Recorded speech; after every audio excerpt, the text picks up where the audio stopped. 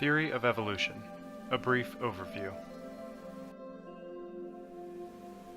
Picture all life as a large tree,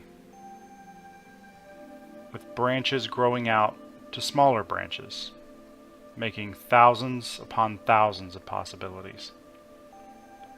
Imagine the diversity that this brings.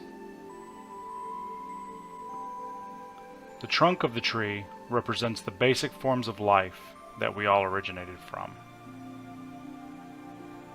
The bottom of the tree being the single-celled organisms where life began. Some branches have fallen off during the mass extinctions of the planet, but as time passes, new branches begin to grow again. Biological evolution is defined as the changing characteristics through minor mutations of living organisms over generations. Imagine this diagram represents a living organism over thousands or even millions of years.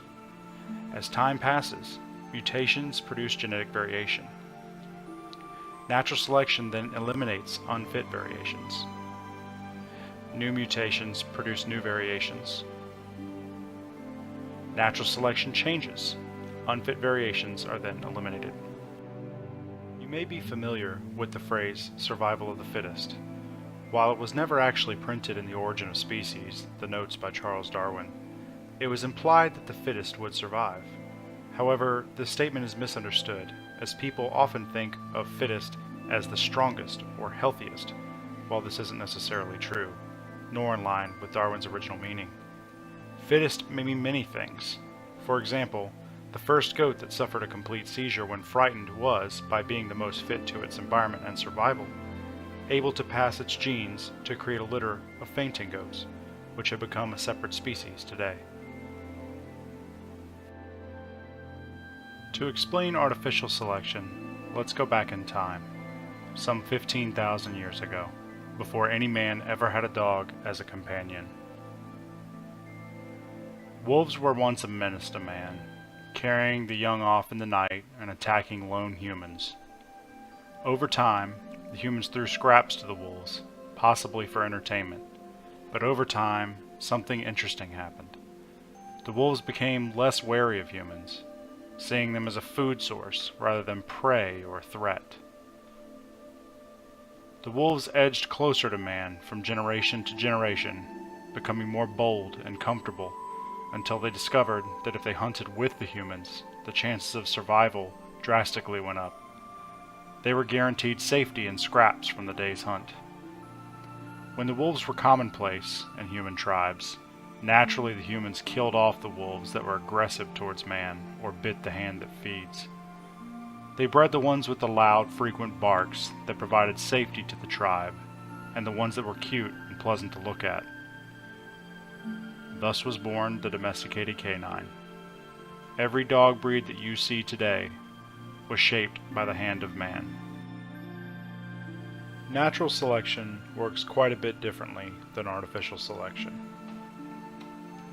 It takes a lot longer, and nature itself is the guiding hand of progress. Here's a loose example of how natural selection works. Let's go back in time, say 50,000 years. Imagine a forest where for thousands of years, green beetles lived on the moist bark of the trees.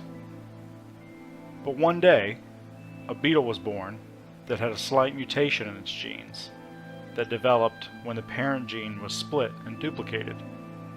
This one beetle was brown instead of green.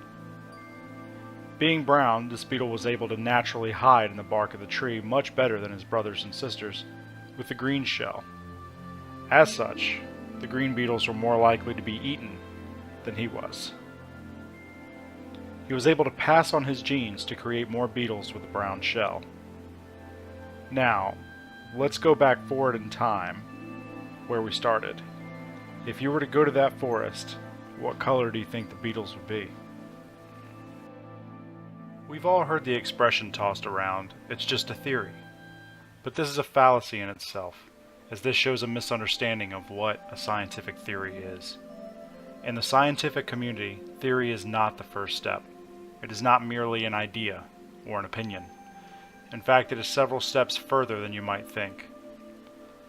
The steps of the scientific method go something like this. Make an observation or observations.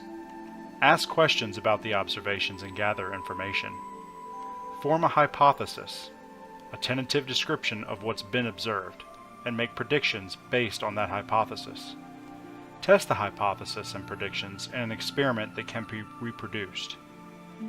Analyze the data and draw conclusions. Accept or reject the hypothesis, or modify the hypothesis if necessary. Reproduce the experiment until there are no discrepancies between observation and theory. The final step is the first one that even mentions theory. Theories are formed after numerous hypotheses are vetted using the scientific method. Hypotheses are tested, data is collected, and the results are documented, shared, and retested. Then a theory that explains the data and predicts the outcomes of future experiments is formed. In other words, for something to be theory, it must be provable. It is important to understand that religion is an important part of human evolution. In the beginning, it helped us to quantify and explain events that otherwise early man had no way to explain. For example, the idea of witches were quite popular for a long time. This idea could have stemmed from something like a seizure, wherein the victim would seem possessed. It sounds far-fetched, but imagine being an early man. Plenty of brain power, but no formal education of any kind. Imagine someone falling victim to a seizure right in front of you. I'm sure the experience would be quite frightening, and your mind would desperately look for a way to explain the event. No matter what you believe, if you look at the connection we have to all life on Earth, seeing that we all have a commonality that dates back to the formation of the planet, that in itself is quite a spiritual experience.